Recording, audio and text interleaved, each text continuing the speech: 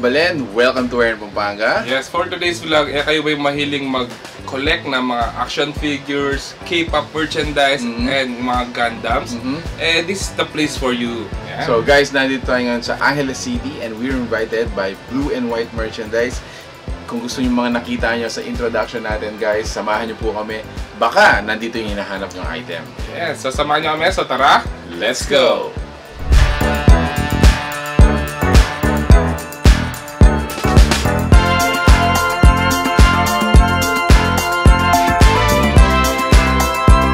Alright, so yun guys, kasama natin si Ma'am Angelou dito po sa Blue and White. This is the first K-pop store dito po sa Pampanga, Ma'am. So Ma'am Angelou, hi muna po sa mga viewers natin. Ma'am Angelou, anong year ba nag-start si Blue and White? Nag-start po siya noong 2017. Okay.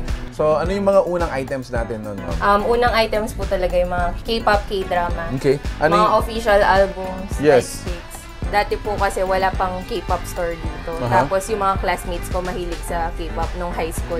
Kaya po trinay kong magbenta. Tapos nakilala na rin siya sa iba-iba po. Dati po mga albums po, mga ballers. Yung mga... Baller? Opo, mga fan-made merch. Okay. Ito po. And hyphen.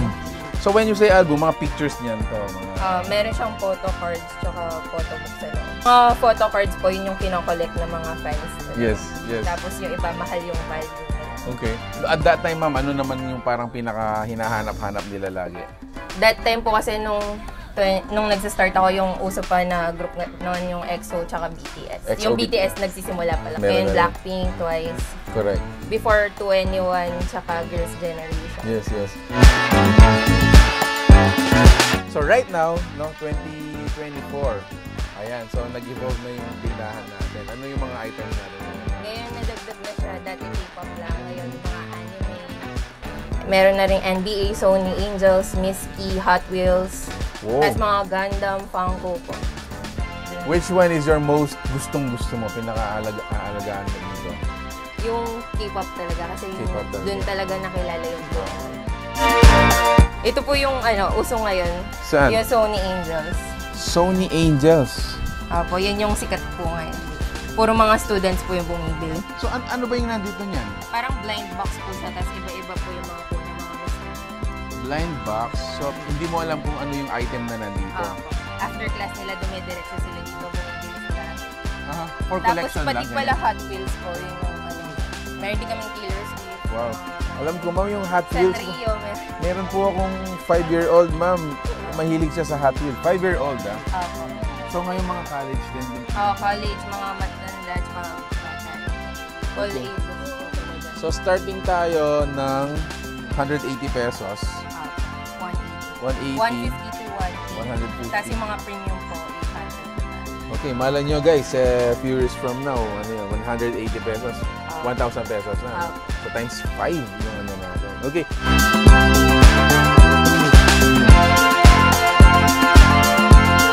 Yun ma'am, syempre on the other side ng store nila, from K-pop, ito naman yung mga anime, at the same time, ito yung mga pang toys for the big boys. Yun yung mga terms of na nila. So, family po yung pumunta dito, hindi lang bata yung mabubudol, pati yung mga parents nila. Yung mga Funko Pop, mga Gundam, ito po, Gundam. Tapos mga McFarlane.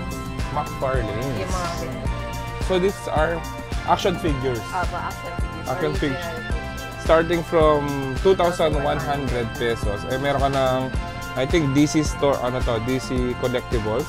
Parang mga, mga old school. So actually, ang kandahan naman dito, mas matanda yung toy, mas mahal. Ayan. Sa mga mabenta po dito yung mga Gundam. Yeah, sa mga Gundams natin, ano yung pinaka-precious na item natin dito? Yung mga mahal po siguro. Yung mga umaabot ng 15,000. Mga perfect grade na Gundam. Perfect grade, yes. Actually, per grade kasi yung mga age. Sa mga Gundam collectors, meron kayong matatagpuan dito. This perfect grade Gundam. So, ibig sabihin nun, mas close siya dun sa actual na itsura ng Gundam. Pwede pa silang negotiable. So pwedeng humingi ng discount dito. So, yun. Meron rin pong mga Super Mario.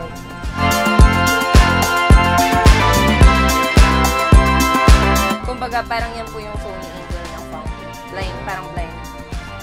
So this is blind box. So meron siya laman sa loob. Then, kumbaga, is a mystery can. So ito yung parang mystery can ng Funko. So, kagandahan dito, talagang dami niyong option, napaka-rare ng mga item na makikita nyo dito. Feeling ko kahit sa mall, napakahirap mong hanapin yung mga to. Yes.